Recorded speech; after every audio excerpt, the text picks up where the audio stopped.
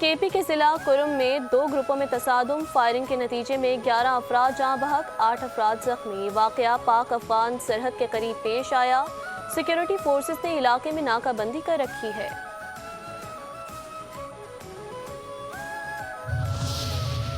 Karachi airport دھماکے کی ابتدائی رپورٹ سی ٹی ڈی نے عدالت میں پیش کر دی۔ خودکش دھماکہ کا پاکستان اور چین کے تعلقات خراب کرنے کی سازش قرار۔ رپورٹ میں خودکش دھماکے میں کالعدم بلوچستان لبریشن آرمی کو ملوث قرار دیا گیا۔ دہشت گردوں نے ملک دشمن غیر ملکی خفیہ ایجنسی کی مدد سے دھماکہ کیا۔ دہشت گرد نے اپنی گاڑی کو چینی قافلے کی گاڑیوں کے قریب لا کر دھماکہ کیا۔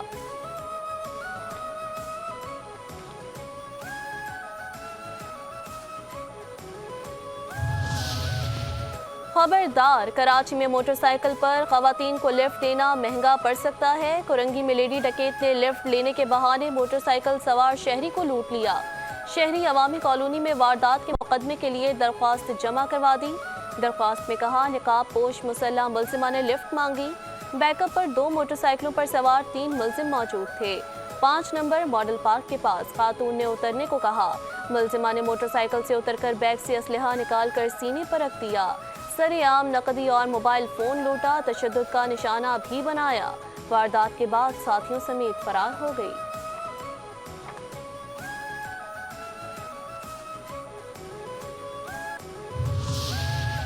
کراچی کے مختلف علاقوں میں رات گئے پولیس مقابلے، 5 ڈاکو زخمی حالت میں گرفتار، اسلحہ، نقدی رقم اور موٹر سائیکلیں برآمد۔ پولیس کے مطابق پولیس مقابلے لانڈھی منزل پمپ، حاجی پیر مزار اور عیدگاہ بلوچ پارک کے قریب ہوئے۔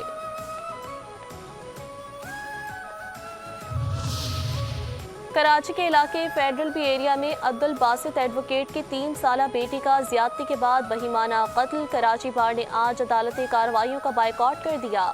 سندھ بار کونسل نے ہڑتال کی حمایت کر دی۔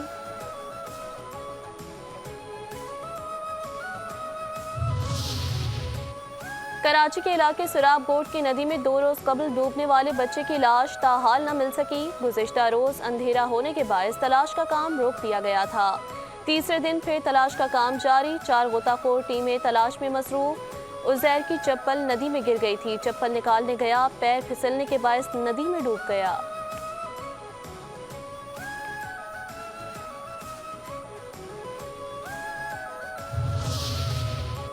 وزیر خزانہ محمد اورنگزیب اور گورنر اسٹیٹ بینک نے IMF شرائط پر دستخط کر دیے۔ تمام زونز کی مراعات کو 2035 تک مرحلہ وار ختم کیا جائے گا۔ حکومت دسمبر تک گیس کے ٹیرف میں تبدیلیوں کی منظوری دینے کی شرط بھی قبول کر لی۔ IMF پاکستان میں کرپشن کے خاتمے کے لیے ڈو مور کا مطالبہ۔ IMF نے نیب کو ختم کرنے کے بجائے مزید خود مختار بنانے کی تجویز دے دی۔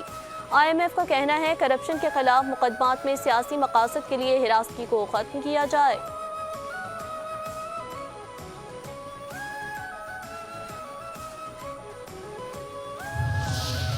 پاکستان میں آن لائن اور ڈیجیٹل مالی لین دین کے رجحان میں اضافہ ہوا ہے۔ اسٹیٹ بینک نے مالی سال 2024 کا سالانہ نظام ادائیگی کا جائزہ جاری کر دیا۔ ڈیجیٹل ادائیگیاں 8% سے بڑھ کر 84% ہو گئیں۔ ریٹیل ڈیجیٹل ادائیگیوں میں تقریباً 35% اضافہ ہوا۔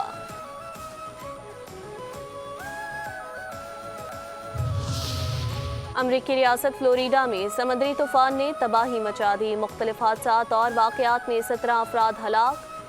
ٹیمپا کا علاقہ بھی طوفانی بگولوں کی زد میں، 50 سے زائد بگولے ٹکرا چکے ہیں، چھتیں اڑ گئیں، درخت اکھڑ گئے، انفراسٹرکچر تباہ، 3 لاکھ گھر بجلی سے محروم، 1000 افراد کو ریسکیو کر لیا۔ سیلاب زدہ علاقوں میں امدادی کارروائیاں جاری۔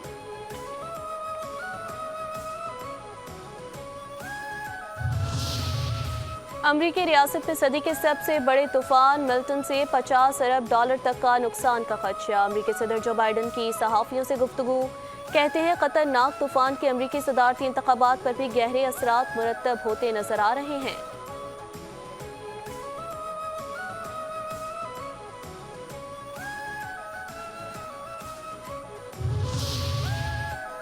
UC 3 گارڈن کے چیئرمین گلفام حیدر ہاشمی کی گروپ چیئرمین چینل 5 نیوز اور پلے انٹرٹینمنٹ اور چیئرمین کیبل آپریٹر ایسوسی ایشن خالد آرائی سے ملاقات۔ چینل 5 نیوز اور پلے ٹی وی کی بہترین نشریات پر مبارکباد۔ پھولوں کا گلدستہ پیش، نیک خیالات کا اظہار۔ ملاقات میں ساجد حسن، عرفان میمن اور ڈاکٹر بلند اقبال بھی موجود تھے۔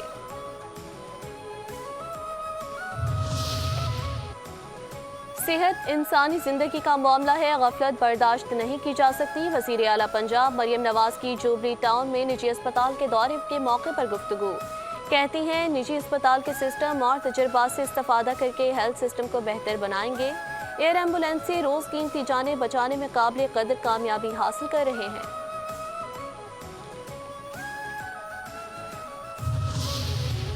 کراچی میں ڈینگی کے کیسز میں خطرناک حد تک اضافہ، اسپتالوں میں مریضوں کی تعداد بڑھنے لگی۔ طبی ماہرین کی شہریوں کو احتیاطی تدابیر کی ہدایت۔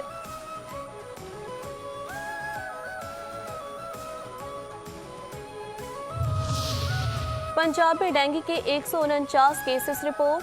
پنجاب بھر میں ڈینگی کیسز کی اعداد و شمار جاری۔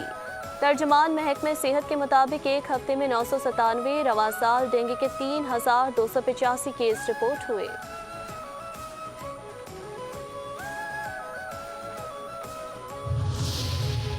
رواں ہفتے 15 اشیاء کی قیمتیں بڑھ گئیں، سالانہ بنیادوں پر مہنگائی کی شرح 12.75% پر آ گئی۔ ادارہ شماریات نے رپورٹ جاری کر دی۔ رپورٹ کے مطابق گزشتہ ہفتے 15 اشیاء کی قیمتوں میں اضافہ ہوا، 8 اشیاء کی قیمتوں میں کمی واقع ہوئی اور 28 اشیاء کی قیمتیں مستحکم رہیں۔ پیاز، دال چنا، گڑ، آلو، آٹا، گھی، تیل، LPG سلنڈر اور جلانے والی لکڑی مہنگی ہوئی۔